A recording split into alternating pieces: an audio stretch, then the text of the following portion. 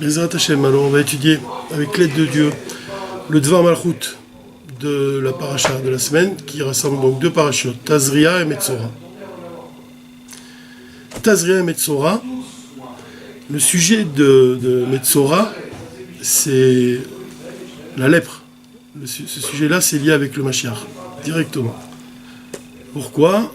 Le Rabbi Levi Yitzhak, le père du Rabbi, il explique que la valeur numérique de Metzora, le lépreux, c'est la même valeur numérique que le mot Tohu. Tohu, le mot Tohu, la valeur numérique de Tohu, donc c'est le monde qui précède le monde de Tikkun, le monde d'Atsilut. En fait, le monde de Tohu, c'est quoi? C'est la séphira de Keter qui surplombe tout l'enchaînement des mondes. C'est ça, Keter, la couronne qui surplombe tout l'enchaînement des mondes, c'est le monde de Tohu. La valeur numérique de ce mot, c'est la même valeur numérique que le mot le lépreux. Et le lépreux, ça désigne le Mashiach. Donc ça c'est écrit dans la Gemara, que Mashiach, il se trouve aux portes de la ville. En fait, il y en a qui disent que c'est aux portes de Rome, et il est couvert de pansements, il souffre de la lèpre, il est couvert de pansements, et dans la Gemara, c'est expliqué qu'il enlève chaque pansement un après l'autre, et il nettoie chaque plaie, une après l'autre.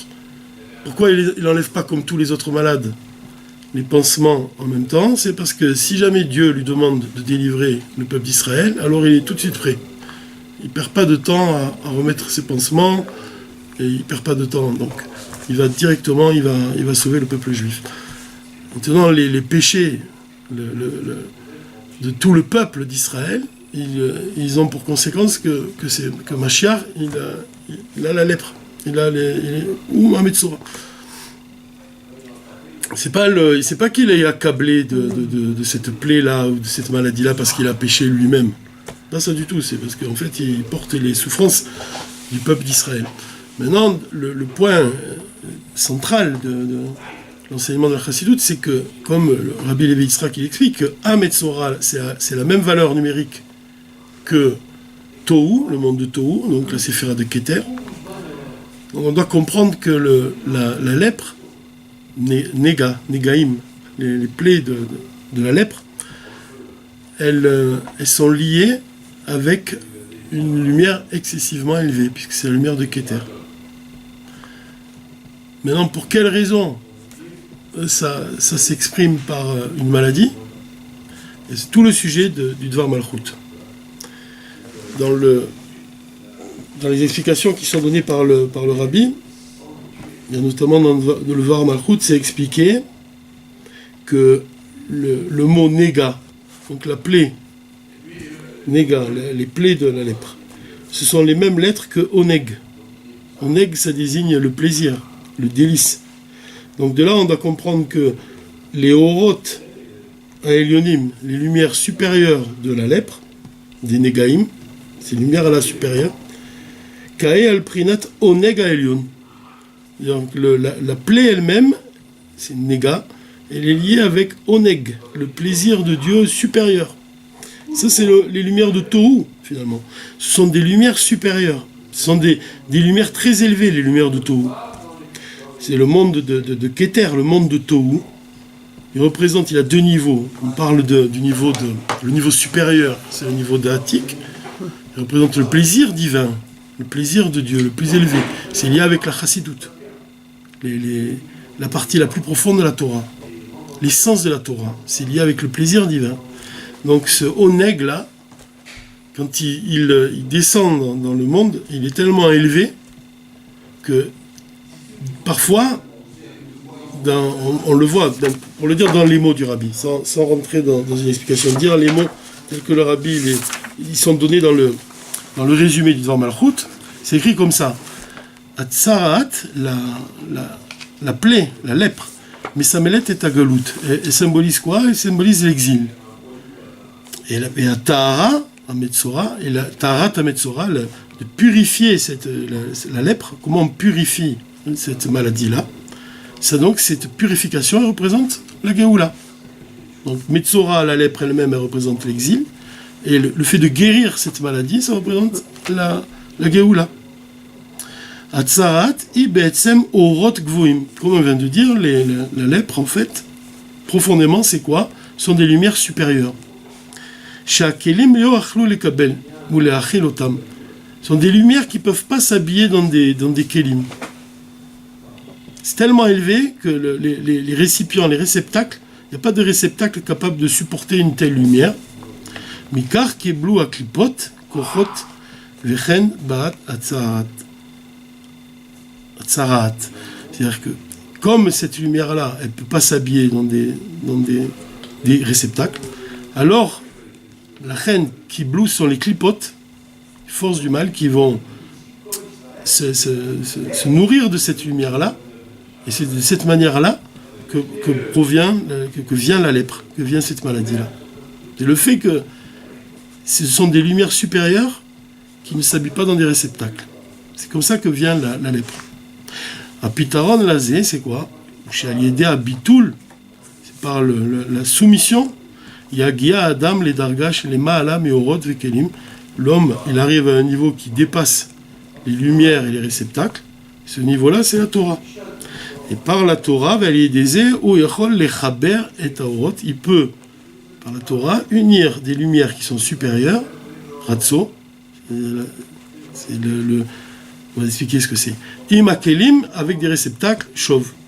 Il y a ce mouvement-là de Ratso et chauve. Donc qu'est-ce qu'on vient de dire? On vient de dire que la lèpre vient du fait qu'il n'y a pas de réceptacle capable de contenir l'origine, la lumière qui se cache derrière la lèpre. Il n'y a pas de lumière capable. Et c'est comme ça que se forment, que les taches, elles apparaissent sur la peau. Et le remède à la lèpre, c'est la guérison, comment on guérit ces plaies-là, c'est par la Torah. La Torah va permettre d'unir des lumières très élevées à des récipients capables de contenir cette lumière. Ce sujet-là, en fait, c'est le sujet de Shvirat HaKelim. C'est ça le monde de Tohu. Le monde de Tohu, c'est décrit dans le Chassidut, sont des lumières tellement élevées, tellement supérieures, qui ont brisé les réceptacles. Et ces brisures-là, les brisures de ces kélim, de ces réceptacles-là, elles sont à l'origine de notre monde. Parce qu'en fait, notre monde, ce qui caractérise notre monde, c'est le fait qu'il ressente sa propre existence. C'est là. Ce qu'on dit dans le langage de la Chassidut, on parle de yeshut, le fait de ressentir quand une chose, elle ressent qu'elle existe indépendamment de Dieu. Donc l'exemple le mieux pour parler de la lumière de Tohu, pour expliquer qu'est-ce que c'est le Shvirat HaKelim, c'est l'âme animale. C'est-à-dire l'origine de l'âme animale elle est très élevée, mais malgré tout, quelle influence elle a sur l'homme? L'influence qu'il va avoir conscience de sa yeshut, c'est-à-dire de sa propre existence. Il n'a pas réellement conscience elle ne le pousse pas à regarder vers Dieu, vers le ciel. Elle le pousse à assouvir des plaisirs matériels chaque fois. Donc tout le travail de l'homme, c'est de raffiner, c'est par la Torah, de raffiner ces étincelles qui viennent du monde de Tohu et qui s'habillent dans ce monde matériel, dans la matière de ce monde, de manière à ce que on accomplit si on peut dire, une réunification avec le divin. C'est-à-dire de ressentir à nouveau le divin qui s'habille dans la création, qui se cache dans la création. En fait, ce thème-là, il pourrait tout ce devant Malchut même du Rabbi, il pourrait s'exprimer même dans un Tehillim, dans un seul verset du Tehillim.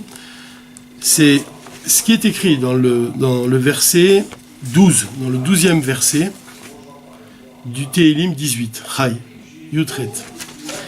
Il y a écrit comme ça, il y a écrit que Dieu fit de la pénombre sa cachette, son abri se trouvant autour de lui. L'obscurité de l'eau, les nuages épais des cieux. Il fit de la pénombre sa cachette. Il se cache dans l'obscurité. Dieu, il se cache dans l'obscurité. C'est son abri. L'obscurité, c'est son abri. Et le roi David donne un exemple. Ces nuages, les nuages épais des cieux, pardon, c'est ça son abri, il se cache dans les nuages épais des cieux, c'est-à-dire ce qui obscurcit la lumière du soleil même, le nuage épais, ou l'obscurité de l'eau. C'est-à-dire toute l'obscurité qui est dans ce monde, elle cache en fait la présence de Dieu. C'est ça le point de l'enseignement du Rabbi ici. Alors, le Rabbi il explique comme ça, il nous dit que la source spirituelle de l'obscurité est plus haute que celle de la lumière. Tu vois ? Quand on regarde l'obscurité, on pourrait penser que c'est l'obscurité, c'est une absence de lumière. Ici, le Rabbi vient nous apprendre, nous dévoiler que la source spirituelle de l'obscurité, de la pénombre, elle est plus élevée que la lumière. En ce sens, l'obscurité peut être définie comme une lumière trop puissante pour être perçue comme telle. C'est ça la lèpre. C'est ça. C'est-à-dire que c'est une lumière très élevée, mais qui ne s'habille pas de manière convenable, alors ça provoque la lèpre. Donc ça cache une lumière très très élevée. C'est ça le point qui est important. Par ailleurs, l'obscurité désigne également ce que les créatures ne comprennent pas.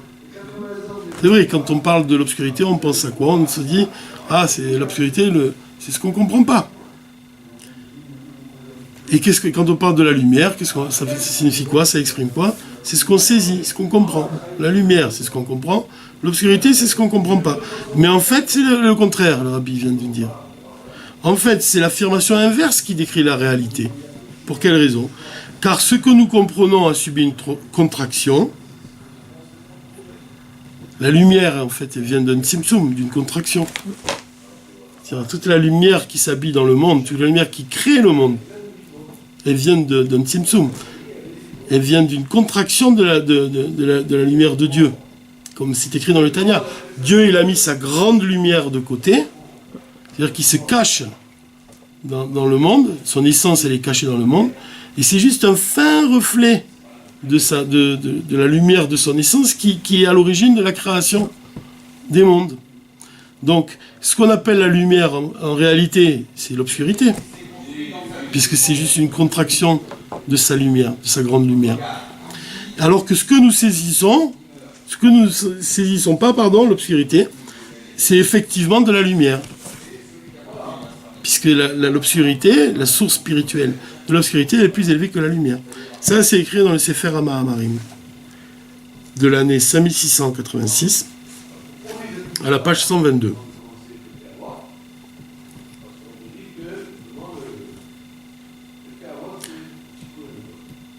Donc ce point-là, il est essentiel.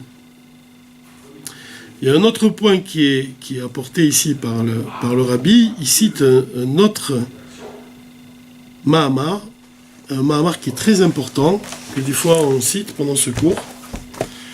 C'est le Mahamar Veisha Achat. Mais une femme, parmi les femmes les fils des prophètes, elle a crié vers Elisha. Et le Morazaken, il explique. C'est en fait l'histoire qui est rapportée ici, du livre des prophètes. C'est la femme d'un prophète qui est allée voir Elisha, qui est allée voir le prophète Elisha, et qui s'est plaint qui lui a dit que... Qu'est-ce qu'elle lui dit ?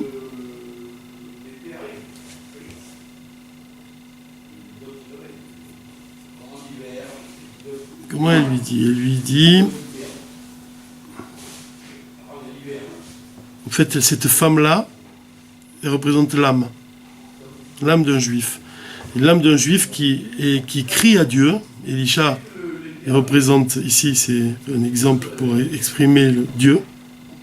Et l'âme, elle s'exprime à Dieu, elle lui dit, ton serviteur, mon mari est parti de ce monde. Donc elle se retrouve avec ses enfants. Et ces seuls enfants qu'elle avait, ils lui ont été pris par le créancier. Donc il lui reste plus rien. Ça c'est l'histoire, mais dans la symbolique, ça signifie que l'âme, elle dit à Dieu, voilà, mon mari est parti, ça signifie l'amour que j'avais pour toi, il n'existe plus. Et elle n'a plus d'amour pour Dieu. Et ces enfants qu'on lui a pris, ils représentent l'amour et la crainte de Dieu. Elle n'a plus d'amour, elle n'a plus de crainte pour servir Dieu. Et Dieu, il répond à l'âme et il lui dit, qu'est-ce qui te reste? Qu'est-ce qu'on t'a pas pris? Quelle est la chose qui te reste? En fait, ça, la question elle veut dire, qu'est-ce que tu as, toi, l'âme, qui ne peut être pris par les forces du mal, par l'âme animale, par le Yetzirah. À ce moment-là, l'âme elle lui répond, il me reste juste un petit un récipient avec de l'huile dedans. Et ce récipient d'huile qui reste à l'âme, il représente l'essence de l'âme. Parce que l'essence de l'âme juive, rien ne peut la toucher. Même le mauvais penchant, il ne peut pas avoir une atteinte sur elle, sur l'essence de l'âme. C'est-à-dire que même si l'âme, elle n'a plus d'amour pour Dieu, elle n'a plus de crainte de Dieu, même si un juif, il n'a pas d'amour pour Dieu, il n'a pas de crainte de Dieu, il ne lui reste plus rien. Mais il y a ce point-là qui l'attache, le point de son âme qui l'attache à Dieu, qui est tellement fort, tellement puissant, que ce point-là, on ne peut pas l'attaquer, on ne peut pas le toucher. Et Dieu lui dit, il te reste ça, donc avec cette huile-là qui te reste, tu vas te munir de nombreux récipients et tu vas les remplir. Et en fait, ces récipients que tu dois trouver, c'est la Torah et les mitzvot, c'est les commandements divins.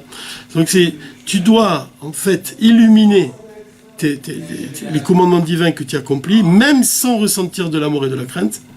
Tu dois les illuminer grâce à l'essence de ton âme. C'est l'essence de ton âme qui doit être à la base de ton service divin. Et ça, ce point-là, il est développé longuement dans la Chassidoute, en particulier par le premier, par l'Amour Azaken et le Baal Shem Tov. C'est la source même de l'application concrète des commandements divins, c'est la force de Messirut Nefesh. Et la force de Messirut Nefesh, de faire don de soi. Alors, en accomplissant les commandements divins, ça dérive de l'essence de l'âme. Donc là-dessus, le rabbi il donne deux explications qui sont importantes. Il dit que, au sujet du surplus de la lumière qui vient de l'obscurité, il y a une lumière qui vient de l'obscurité. Comme on vient de voir, la source de l'obscurité, c'est la lumière. Il y a deux niveaux. Parce que Dieu il demande à l'âme, à cette femme-là qui a perdu son mari, de se munir de récipients vides. Là-dessus, on peut expliquer les choses de deux manières. Qu'est-ce qui représente ces récipients vides? On a dit ce sont les mitzvot, les commandements divins. D'accord. Alors, dans les mots du rabbi, ça signifie que l'homme, un juif, ce juif-là, qui ne ressent pas d'amour et de crainte pour Dieu, chez Idbonen Arbe, il doit réfléchir, méditer longuement, Ersheu Keli Rekan, à quel point il est un réceptacle vide, à quel point il lui manque l'essentiel, il lui manque l'amour de Dieu, la crainte de Dieu. Et ça, cette réflexion-là, elle est plus élevée que le service divin basé sur le fait de remplir, de s'occuper de Torah et de mitzvot pour remplir ses récipients. Donc quand tu parles de keli vide, de récipients vides, il y a deux façons de comprendre. Ou bien ça signifie que tu dois accomplir les commandements divins avec la force de Messirut Nefesh, même sans ressentir pour Dieu de l'amour et de la crainte. Ou bien ça signifie au fait de méditer au fait que tu es vide, qu'il te manque l'amour et qu'il te manque la crainte, que tu es toi-même vide. C'est ça l'explication. Dans un cas, ça parle des récipients qui sont vides, donc ça fait allusion au commandement divin. Dans un autre cas, c'est toi-même qui es vide. Il dit, qu'est-ce qui est le plus élevé de ces deux services divins, de ces deux façons d'agir? C'est quand tu te considères toi-même comme étant vide. En fait, ça va provoquer un dévoilement divin supérieur. Le fait de se briser soi-même, le fait de briser son cœur, de se dire, c'est Katit les morts, en fait, c'est ce qui est expliqué dans le Mahamar, Vatate Tzavé. Le fait d'avoir conscience qu'on est séparé de Dieu. C'est comme quand on explique la lettre He. On voit que la lettre He, il y a le pied du He qui est séparé du toit du He, du Gag. Et cette rupture qui est entre le pied du He et le toit de la lettre He, il exprime le fait qu'un juif il doit toujours se sentir séparé de Dieu. Jamais, c'est ce qui est écrit dans le Tanya, jamais considérer que ça y est, il est arrivé, il est parvenu à un niveau supérieur. Toujours se considérer qu'il peut toujours me faire, qu'il peut toujours parvenir à un niveau plus élevé. Donc ça, c'est ça, le fait de se considérer comme un keli, comme un récipient qui est vide. C'est ça qui peut lui apporter un très haut dévoilement.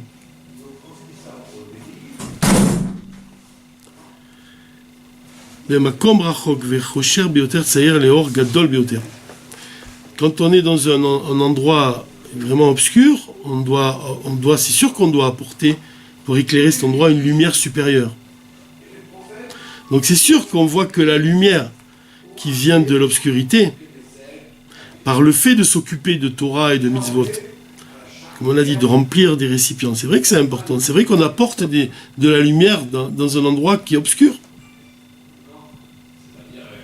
Et en particulier, s'il ne ressent pas pour Dieu d'amour et de crainte, malgré tout, s'il s'efforce d'agir. Comme dit l'Admor HaZaken, l'habitude devient une seconde nature. Donc c'est toujours très bien de pouvoir éclairer l'endroit par l'action elle-même.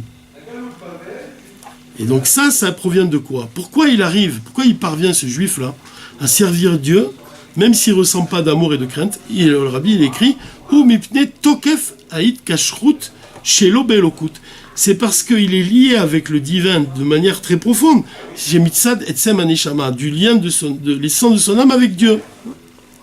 Et ça, c'est plus élevé que l'intellect même. Chez les ma'ala mikochot agluim. C'est-à-dire le lien de ton âme avec Dieu, il est plus élevé que ton intellect. Beaucoup plus élevé. L'intellect, c'est juste une force de l'âme. Et maintenant, qu'est-ce qu'un autre sujet en ce qui concerne le surplus de la lumière qui vient de l'obscurité? Chez Alieda Merirut, par le fait de ressentir de l'amertume, Miachocher, le fait d'avoir cette amertume de l'obscurité qui cache la lumière de Dieu, ça provoque en soi une amertume. On se dit, comme le Morazaken, il a dit une fois, il dit dans le Tanya une fois, il dit qu'il faut s'adresser au Yetzer Hara et lui dire espèce de dégoûtant, jusqu'à quand tu vas me cacher la lumière de l'essence de Dieu qui est cachée dans ce monde? Tu vas la voiler à mes yeux. C'est ça un mériroute, le fait de ressentir qu'on est que finalement un bout de bois sans sentiment, qu'on ne ressent pas le divin, qu'on est comme un bout de bois qui ne ressent rien. Cette mériroute là, cette amertume là, de cette obscurité, face à l'obscurité qui cache la lumière de Dieu, Nimshar Prinat Yoshet Rocher Citro. On attire le niveau de ce verset des Tehillim, comme qu'on a dit. C'est quoi ce verset? Il est essentiel. Donc, comme on a dit dans le Tehillim numéro 18, le 12e verset des Tehillim, c'est écrit « Il fit de la pénombre sa cachette ». Quand tu as de l'amertume, parce que tu sens toi-même que tu es comme vide, tu attires ce niveau-là. Tu attires le niveau de ce verset-là des Tehillim. C'est-à-dire que tu attires l'obscurité qui est plus élevée que la lumière. Recherche les ma'alamio. Ça, c'est un point qui est essentiel dans tout l'enseignement du Rabbi. C'est un point central, ça. C'est-à-dire que d'agir avec la force de Messirot Nefesh dans ce monde, même si tu ne ressens pas de l'amour de Dieu, même si tu es dégoûté intérieurement, que tu n'as pas d'un amour révélé en toi-même, comme le tzaddik. Le tzaddik qui sert Dieu, il a l'amour révélé en lui-même. Même si tu n'as pas cet amour-là révélé dans ton cœur, tu fais briller l'essence de ton âme, tu fais briller le hit kashrut, le lien de ton âme avec Dieu, qui est au-delà de l'intellect, et tu t'attaches à sa Torah et tu l'appliques, tu accomplis sa Torah, même sans rien ressentir. Ça, c'est un grand niveau. On est d'accord? Eh bien, tu peux aller encore plus haut que ça. Tu peux attirer l'obscurité qui est plus élevée que la lumière par le fait de ressentir de l'amertume, miachocher amastir oro itbarer, de cette obscurité qui cache la lumière de Dieu. Tu attires à l'obscurité, qui est le niveau de l'obscurité qui est supérieur à la lumière. Les ma'ala gam mior gadol shemeir gam bemakom chashuv beyoter. Cette obscurité, elle est plus élevée même que la lumière, la grande lumière qui brille même dans un endroit où l'obscurité, elle est très dense. Les éo haïtaron, et c'est ça le surplus. Chez Aliédé haïtbonenut, que par le fait de méditer ercheu keli rekan, le fait qu'il médite qu'il est un keli qui est vide, l'homme, toi-même, d'Aliédé en merirut, de cette amertume misée chez Ukeli rekan, que lui-même il est obscur, il est un keli vide, un réceptacle vide, où Magia les prinat recherche les mal à il arrive à l'obscurité qui est plus élevée que la lumière. Donc là, on comprend, on peut même comprendre pourquoi Moshe Rabbeinu, il est plus élevé que tout le monde. Parce que c'est l'homme le plus humble. Et cette capacité-là de se briser le cœur, en fait, d'avoir conscience qu'on n'est jamais parvenu au plus haut niveau, cette capacité-là de se considérer comme un réceptacle vide, ça confirme l'idée que Dieu, il réside que dans un endroit qui est totalement soumis. Ça veut dire quoi? Ça veut dire que s'il y a le moindre orgueil en soi, alors il n'y a rien qui peut rentrer de divin, réellement. Alors que quand tu as conscience que tu te dis que tu es un kéli vide, tu es vraiment un réceptacle vide, alors tu attires le niveau de ce qui est dit ici dans ce Téhilim. Ici, de la pénombre, sa cachette. C'est que Dieu, il se cache dans la pénombre, dans l'obscurité. C'est là sa cachette. Tu vois, c'est écrit clairement. Yoshet Rocher Citron. Sa cachette, c'est la pénombre. Alors maintenant, tu peux comprendre que la lèpre, c'est Néga. C'est sûr que c'est la pénombre, elle représente l'obscurité, elle représente la galoute, l'exil. Mais son origine, elle est plus élevée encore que la lumière. Alors de la même façon que la lèpre, elle cache une lumière très élevée, le rabbi il vient faire un parallèle avec cet exil, et il te dit, l'exil, il cache une lumière très élevée. C'est une autre façon de regarder l'exil dans lequel on vit.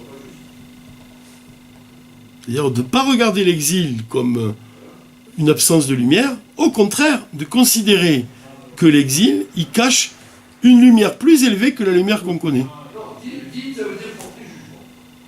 Même ça s'exprime, tiens, par exemple dans la Havdalah, quand on dit que le louz, on doit mettre un peu du vin de la Havdalah sur le louz, sur l'os. Il y a une marloquette, on ne sait pas exactement quel os c'est le louz.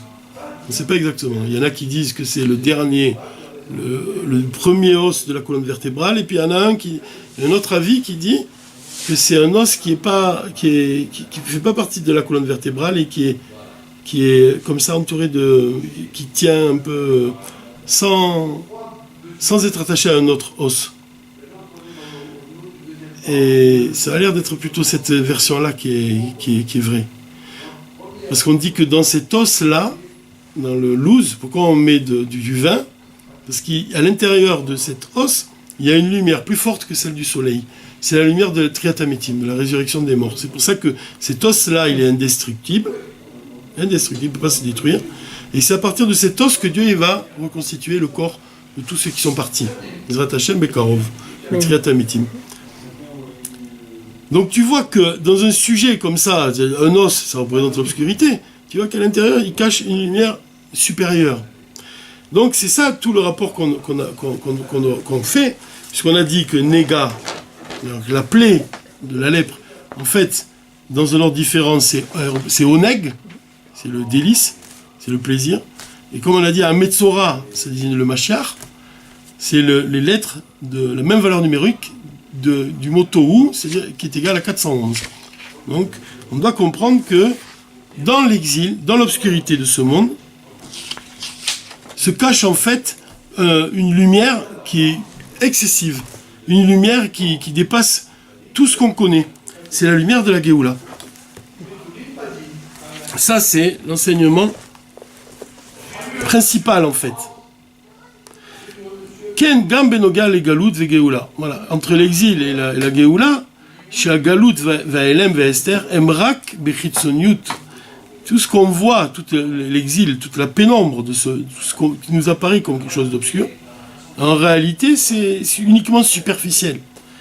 Qui est totsat, mais au rot, vous voyez, mais ça provient, l'exil, il provient ce sont des lumières, vous voyez, supérieures, chez l'eau, nitlapshu bakelim, qui ne s'habille pas dans des réceptacles.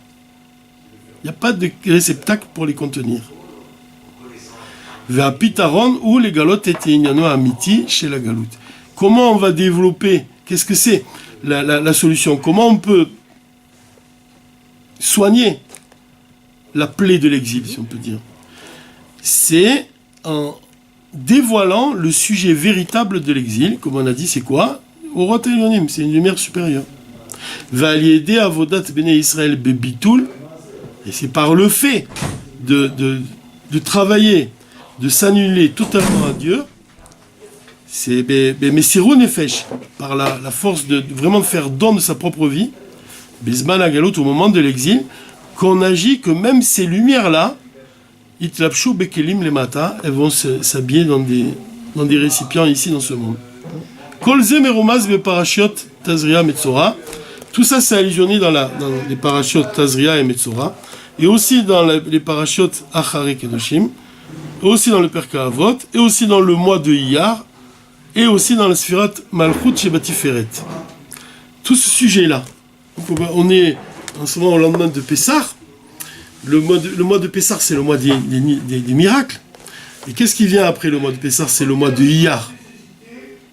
Le mois de Iyar, le Rabbi explique que c'est les Rashi Tevot. Les initiales du mot de Iyar, c'est quoi? C'est Avraham, Aleph, Yitzhak, Avraham, Yitzhak, et Yaakov, et Rachel. C'est ça. Aleph, Yud, Resh. Avraham, Yitzhak, Yaakov, Rachel. Dire Avraham, Yitzhak, Yaakov, c'est des allusions à la lumière, ou à des lumières supérieures. Et Rachel, c'est une allusion à Malchut. Malchut, c'est une allusion au Keli, au réceptacle. C'est-à-dire, le mois de Iyar, il représente le fait d'unir des lumières supérieures dans des réceptacles. C'est ça le sujet de Iyar. C'est-à-dire que le mois de Nissan, il représente les miracles, le dévoilement, les sens divines en fait, la sortie d'Égypte. Et le mois de Iyar, c'est faire descendre ces lumières dans des réceptacles. Comme on vient de voir, la lèpre et l'exil, elles représentent le fait de ne pas parvenir à ça, de ne pas parvenir des lumières supérieures qui ne s'habillent pas dans des réceptacles. Et là, le Rabbi vient nous dire que c'est par la Torah qu'on peut unir ces hautes lumières avec des réceptacles capables de les contenir. Quand on parle de Shvirat HaKelim, on parle le sujet de ces lumières-là supérieures qui n'arrivent pas à s'intégrer, à fusionner avec des réceptacles. C'est ça, Shvirat HaKelim. Mais on peut comprendre aussi ce principe-là en parlant des lettres. Les lettres Aleph, Bet, Gimel, toutes les lettres de l'alphabet hébraïque. Chaque lettre, c'est un réceptacle. Elle a une forme particulière. Et dedans, à l'intérieur de ce réceptacle, il y a une lumière. C'est quoi comme lumière? C'est la lumière de l'intellect. C'est ça. Les lettres, ce sont des réceptacles pour l'intellect. Chaque lettre, elle est composée de quoi? De lettres et d'axes. Tu vois par exemple la lettre Aleph. C'est quoi? Il y a un axe, c'est le Vav, et il y a un Yud, et deux lettres, deux Yud. Un Yud en haut, un Yud en bas, relié par un Vav, ça fait la lettre Aleph. Tu prends par exemple la lettre Lamed, c'est un Chaf, et aussi un Vav, pour dessus. Donc tu vois, c'est l'assemblage de deux lettres. Comprends ça? Chaque lettre, elle est composée d'autres lettres et d'axes. Chaque lettre elle-même, elle contient une lumière particulière. Maintenant, quand tu assembles les lettres les unes avec les autres, tu obtiens un mot. Le mot lui-même, en lui-même, il a une lumière particulière. Une lumière qui est propre à ce mot. Une or asechel, la lumière de l'intellect de ce mot. Ça n'enlève pas la lumière de l'intellect de chaque lettre. Pas du tout, ça ne vient pas contredire. Chaque lettre, elle garde sa lumière qui lui est propre, mais quand tu les assembles les unes avec les autres, ça crée un mot qui a une lumière aussi particulière, qui vient s'ajouter aux lumières de chaque lettre. Maintenant, quand tu ajoutes un mot avec un autre mot, là aussi, tu vas avoir une combinaison de deux mots. Donc tu vas avoir encore une lumière pour chaque mot, une lumière pour chaque lettre qui compose chaque mot, et une lumière pour les deux mots qui sont assemblés les uns avec les autres. D'accord? Et pareil dans une phrase. Maintenant, si tu brises la phrase, tu sépares les mots, tu vas avoir tu vas pas perdre la lumière de chaque mot. Tu vas perdre la lumière qui unissait ces deux mots, l'un avec l'autre. Et c'est ça le principe de Shvirat HaKelim.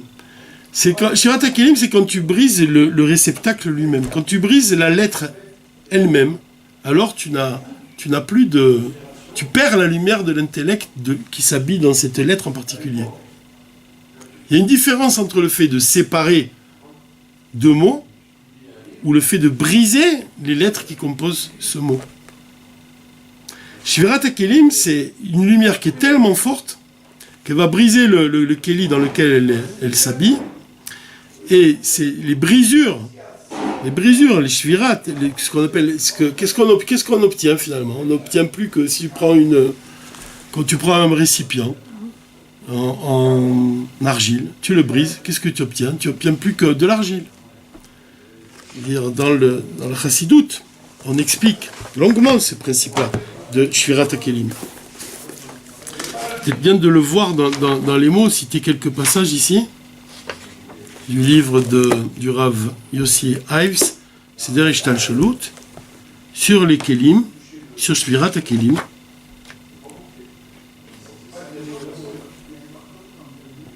Comme j'essaie d'expliquer, par exemple, ici il dit Yesh Efresh ben Piroud les Shvira. Il y a une différence entre le fait de séparer ou le fait de briser. כמו בכלי שיש בה איברים, הנה יש שני אופנים בהעברת ופירוק הכלי. La première chose qu'on peut faire, si on sépare, c'est un keli, si on le désosse, si on peut dire, chaque membre du récipient, il garde sa forme. Chaque membre, il reste nishar shalem. Mais quand on brise, ou chez Kol et vers chaque membre qui compose ce keli, quand on le brise, en 2 ou en 3, c'est différent. C'est ce qu'on voit ici, c'est exactement la même chose pour les lettres. Quand Shvira ou Sheaotiot, Achomer, Shemi Em Nivraot, Nishbar le Chalakim Raim, si on brise tous les éléments qui composent une lettre, Are Beshvirazo Mistalek Gam Aor, alors, même quand on brise de cette manière, alors même la lumière de l'intellect, elle va s'échapper. Et qu'est-ce qu'il nous reste? Il nous reste juste des débris. Comme on voit ce principe-là dans le fait de briser des lettres. Comme on a expliqué, même c'est exactement la même chose pour les kelim du monde de Tohu. Nishtabru, ils sont brisés en plusieurs morceaux, et la lumière, elle s'échappe des kelim, des réceptacles. Ou shvira kelim naflu le mata, et les débris ils sont tombés vers le bas. Ou miem aïta itavut et ayeshut ou metziut shel olamot bria yetzira ve'asiya. Et c'est de là que vient les mondes de bria, de yetzira et d'asiya, et leur yeshut, comme on a expliqué, que sont des mondes qui vont avoir. Le monde d'asiya, il n'a plus conscience de Dieu. Il ressent intérieurement qu'il est indépendant, il vit indépendamment de Dieu. Comme Pharaon qui dit qu'il s'est créé lui-même. Kelomar, c'est-à-dire que Shvirat HaKelim, c'est quoi la brisure des vases? Ou Ma Shepal Efsharut le Kiyuman Shel Aolamot Bia, c'est ce qui a provoqué le fait que les mondes de Bia, de Bria, de Yetzira et d'Asiya, dans lequel on vit, dans le monde d'Asiya, chez Yargishu et Tatzman, qui vont ressentir leur propre existence, les Davar Nivdal, de manière séparée, Venifrad Miaorensof, de Dieu. Ou Kemetziut Bifne Atzman. Donc ils ressentent qu'ils sont indépendants. Chez Kolzman Shayaor Meir Ba'akelim, que tant que la lumière est brillée dans le réceptacle de Tohu, Ayu Akelim Beprinat Bitul, ils étaient annulés, soumis, Bemetziut les gambrés, Bitul Bemetziut les gambrés. Qui comment aldera machal bekelim gashmiim areakli, comme quand on voit pour un keli matériel, on voit que ce keli là, ce réceptacle, ou batel, il est annulé, il s'annule totalement au vin ou à l'aliment qu'il contient. Il épouse la forme de l'eau, par exemple. L'eau, elle va épouser la forme du kli. Il y a une fusion entre les deux. Mais si on le brise, non. On a quoi? On obtient de l'argile, il n'y a plus de keli. De la même façon en haut, dans les mondes supérieurs, quand la lumière s'habille à l'intérieur du kli, alors le kli, il est beprinat bitul et gabéaor. Alors le kli, il est soumis à la lumière qu'il contient. Vezeo enyan et sphirot de tikkun. Et ça, c'est le monde de tikkun. Ma shenken betohu, c'est pas le cas de tohu. Chez nishberu aklim, que les kelim ils sont brisés. Venistalku mehem aorot, les lumières elles se sont échappées du keli. Ou comment al derrière machal les maata, c'est exactement la même chose en bas quand on casse un récipient.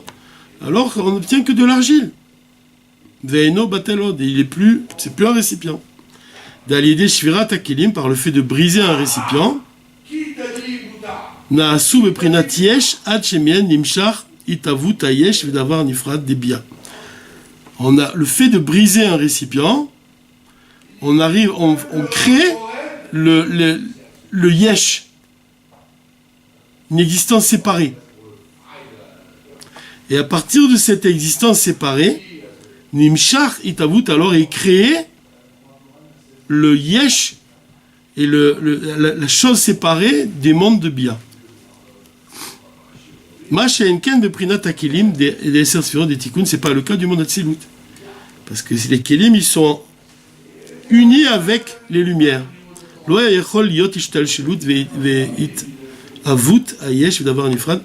Donc dans ce cas-là, on n'aurait pas pu créer un monde qui ressente sa yeshut. Ça, c'est expliqué dans le chapitre 20 de Igorot HaKodesh, en fait. Ki akelim de tikkun em betelim belao. C'est à partir du monde de Tohu que l'existence, le yesh, l'indépendance vis-à-vis de Dieu, elle peut exister. C'est quand il n'y a plus de fusion entre la lumière et le récipient. C'est là que peut commencer à exister l'existence, ressentir qu'on est séparé de Dieu. Donc ça a été voulu dès le départ, le Shvirat HaKelim. Parce qu'on ressent qu'on est séparé de Dieu et ensuite on doit retrouver cet état de fusion avec le divin. Et quand sont tombés les restes des récipients de Tohu, les Mata, vers les mondes de Tikkun, les restes les plus élevés de ces restes-là a été créé le monde d'Atzilut, et du reste, Nafal et Bria, le reste il est tombé dans le monde de Bria, il a été raffiné encore un peu plus, Venaasu Olam Bria, et le reste il est tombé dans le monde de Yetzira, Venit Bareru Od, il a été raffiné un peu plus, Venaase Yetzira, Vechen Asiya, jusqu'à ce qu'on arrive au monde d'Asiya, ça c'est les déchets obsolètes, Ayoter Gas, Nafal et Mata, les déchets les plus matériels, les plus grossiers sont tombés dans ce monde. Ça veut dire que notre monde là, il est rempli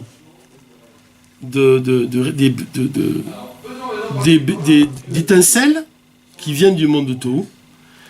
Et là, il écrit quelque chose comme un parfum. Quand tu mets un parfum, quelque chose qui sent bon, des herbes odorantes dans un récipient, même si tu enlèves les herbes, il reste une odeur dans le récipient. C'est la même chose. Quand il y a eu la brisure des vases, les restes des kelim qui sont tombés, les déchets qui sont parvenus dans notre monde, ils gardent une odeur. En fait, cette odeur-là, c'est les nitzotzot. C'est ces étincelles-là qui doivent être élevées.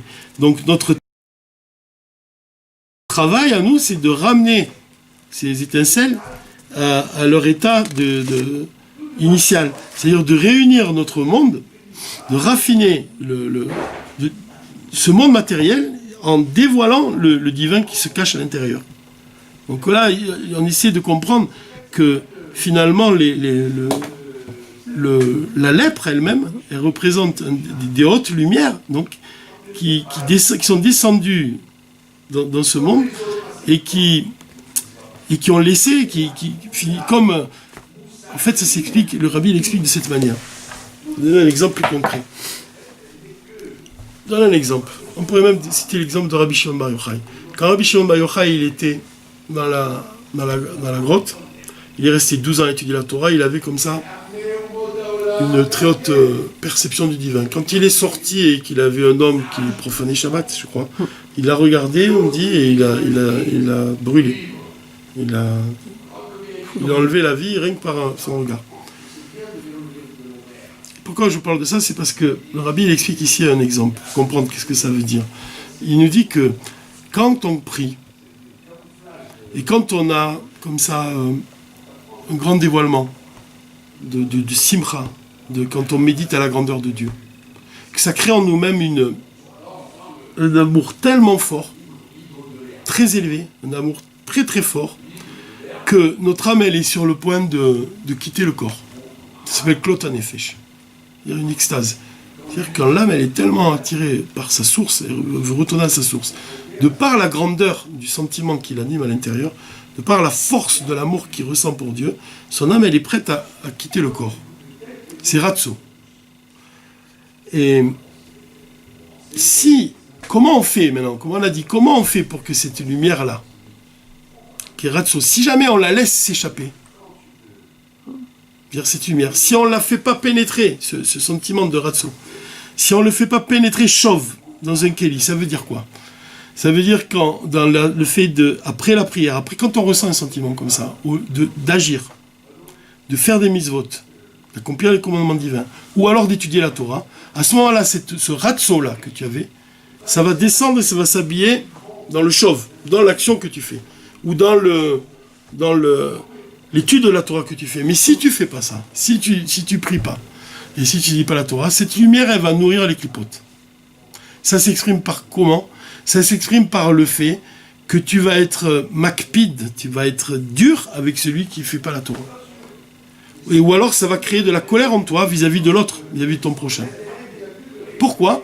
Parce que au départ, s'il y avait un ratso, c'est un élan vers le haut, que tu n'as pas fait descendre dans l'action concrète.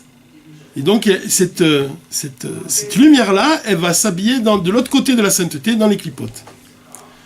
Alors maintenant, le rabbi, il explique que celui qui a la lèpre, ça signifie pas que c'est pas quelqu'un qui est metoukan, c'est-à-dire réparé. C'est pas quelqu'un qui a un petit niveau, loin de là, puisqu'on dit même que le machar, il est lépreux. C'est-à-dire, ça signifie qu'il lui manque, il a encore un travail à accomplir. C'est-à-dire que la lèpre, elle touche de manière chitsoni, de manière extérieure, elle ne le touche pas de manière profonde. Ça veut dire que de manière profonde, c'est quelqu'un de bien. Maintenant, il a quelque chose qui doit élever, quelque chose qui doit réparer. C'est ça le point qui est donné ici par le rabbi. Donc c'est unir une lumière supérieure avec un réceptacle. Et ça, de quelle manière on y arrive? On a dit c'est par la Torah. Et de quelle manière, de manière plus précise, on y arrive? C'est l'attribut de Tiferet. C'est l'attribut de Tiferet. Parce que l'attribut de Tiferet, comme le rabbi l'explique, cet attribut, il reçoit sa lumière de Or Ein Sof, il est lié avec Keter, donc quelque chose qui est plus élevé que Chesed et Gvura, et donc Tiferet, elle a le pouvoir d'unir deux contraires. Elle a le pouvoir d'unir deux choses qui s'opposent. Et c'est ça, l'attribut de Tiferet, par exemple, c'est Moshe Rabbeinu. Parce que Moshe Rabbeinu, dans son nom même, il y a une allusion à ça. Il dit que Moshe, la lettre Moshe, c'est même. Et ensuite, il y a Shin, c'est une allusion à Shammai. Et le He, c'est une allusion à Hillel. Moshe, il unit Shammai et Hillel. Il unit le Chesed de Hillel avec la Gvura de Shammai. Donc il unit le Chesed, c'est Ratso, c'est la volonté de l'âme de quitter le corps, avec Shav, avec le Keli, avec Malchut. Il unit quelque chose qui va vers le haut avec le corps lui-même, avec le Keli, le réceptacle. Il unit deux choses qui s'opposent.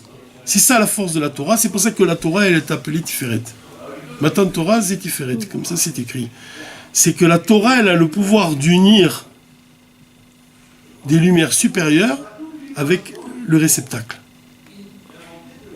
Et dans ce cas-là, il ne peut plus y avoir de Yenikat Haritzonim. C'est-à-dire que la lèpre, elle provient du fait que les clipotes, les forces du mal, elles vont utiliser ces lumières supérieures et elles vont à leur avantage. Mais la réparation, c'est pour ça que la réparation qui dit Zot Chukat Hametzora. Pardon, ouais, comment tu dis, comment on dit, la réparation. Il dit pas ça, excusez-moi, pas ça qu'il dit exactement.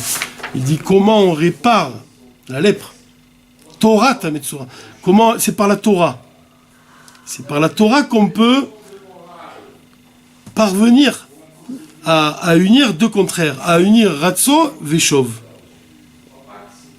à unir deux choses qui sont opposées.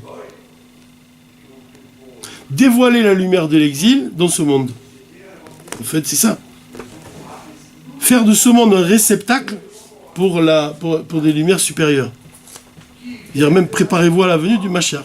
Finalement, c'est révéler l'essence de l'âme, dans les forces de l'âme qui s'habillent dans le corps. Révéler l'illimité dans les limites. C'est ça dont il est question ici. C'est un sujet qui est très long, en fait, qu'on pourrait en parler beaucoup plus. Hein. Mais bon, peut-être finir par dire que le Rabbi, il explique que, de manière concrète, comment on révèle l'attribut de Tiferet. Parce qu'il explique, il dit que il y a un derer Yishara, il y a un derer, il y a un chemin qui est droit. La vie est à Idgalut à Mashiach, pour amener la venue du Mashiach. C'est à l'idée de l'imoud à Torah. C'est par le fait d'étudier la Torah, c'est Tiferet. Chez Bekocha, les Chaber, Orot Elionim, Bakelim. C'est ça tout le sujet qu'on essayait de dire ici. C'est le fait que la Torah, elle peut unir des lumières supérieures avec des réceptacles. Ou bemiouchad aliédé malchut sheba tiferet. En particulier, c'est l'attribut de malchut sheba tiferet dans la Sfirat HaOmer. C'est cet attribut-là, malchut sheba tiferet. Pourquoi? Parce que tiferet, ça représente la Torah, et malchut, c'est Mashiach. De là, et le Rabbi nous dit, qu'il faut étudier les sujets de Mashiach dans la Torah. C'est ça qu'il nous dit. Malchut sheba tiferet, c'est étudier les sujets de la Géoula.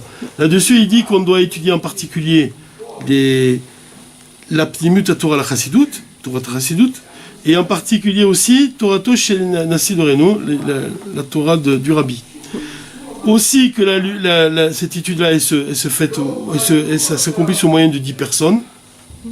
Aussi d'ajouter dans l'accomplissement des mitzvot, et en particulier la mitzvah de la tzedaka, et aussi le fait de donner la tzedaka en se disant c'est pour accélérer la venue du Mashiach, de lier les deux choses ensemble. Il y a des choses très belles qui sont dites dans le Dvar Malchut, notamment le Rabbi dit que au moment de la Géoula, chaque juif il pourra entrer dans le Kodesh HaKodashim. Ce ne sera plus le privilège du Kohen HaGadol. Chaque juif il pourra rentrer dans le Kodesh HaKodashim. Ça, c'est une allusion au dévoilement de l'essence divine dans l'âme. Hein, parce que, en fait, le Kodesh HaKodashim représente le dévoilement de l'essence de Dieu. Et le réceptacle de l'essence divine, c'est l'essence de l'âme. Donc c'est vraiment que chaque juif, l'essence de l'âme sera dévoilée à ce moment-là. Les Kodesh HaKodashim, que Moshe Mesupar Beparashat Acharemot, al Knisat Aaron, les Kodesh HaKodashim, on dit que dans la Parashat Acharemot, on parle que Aaron il rentre dans le Kodesh HaKodashim, dans le Saint des Saints, Rak, chez Bagéoula, mais pendant la Géoula, Kol Yehudim Yochlu Leikanes Tamid les Kodesh HaKodashim, pour rentrer toujours dans le Kodesh HaKodashim. Ça, c'est un point qui est vraiment spécial. Il y a aussi une autre chose qui est intéressante ici, c'est qu'à propos de Malchut Sheba Tiferet, il nous dit que Sfirat HaOmer, Mikevan Shema Tarata, c'est quoi le but de Sfirat HaOmer? C'est de purifier l'âme. D'accord? Mais ça fait au quoi aussi? Chez Kol Avodat Bnei Israël, Kedé Lavit Ta Géoula, c'est aussi de provoquer la Géoula. Purifier l'âme, c'est aussi provoquer la Géoula. Donc on voit, Behashpa'a al-Nefesh Adam, donc, puisque en plus du fait que ça a une incidence, une influence sur son âme, puisqu'on purifie l'âme animale, qu'est-ce qu'on dit? On dit L'etaken et nafshotenu pour réparer nos âmes, ve'ochotenu nos esprits, ve'nishmotenu et nos nishamot, ou les tarenu, et nous purifier, ou les kadeshenu, et nous sanctifier. Vegam, et ça c'était ce point-là qui est intéressant, Be'ashpa ala olam bechlal, même que ça a une influence sur le monde aussi. Pas seulement sur nous-mêmes, Sifirat Omer, mais sur le monde. Qui est fiché en brim, parce qu'on dit, Az aliedeze yushpa rav, par ça, par le fait de nous purifier nous-mêmes, on va porter chez Farav une grande abondance de lumière, Bekol haolamot, dans tous les mondes. Vegam et tabat ha geoula anitzrit, même le fait de faire venir la geoula éternelle, puisqu'on dit, Arachaman ou yarzir lanu avodat bet hamikdash amen sela. Ça aussi un point qui est important, c'est que Sfirat Omer c'est lié avec ça, c'est le fait de ce travail qui est lié avec l'idée, comme on a dit, que l'exil, l'obscurité, cache une lumière supérieure. Sfirat Omer c'est purifier l'âme animale. L'âme animale elle vient de Tohu, dire le fait de révéler la lumière de Tohu, révéler la force de l'âme animale, de manière à ce qu'elle devienne elle-même divine, même une lumière supérieure encore. Supérieur à la lumière. Voilà, c'est un peu tout ce qu'on peut dire, quoi, en résumé, vraiment un grand résumé de ce Dvar Malchut qui est vraiment rempli de trésors. Hein.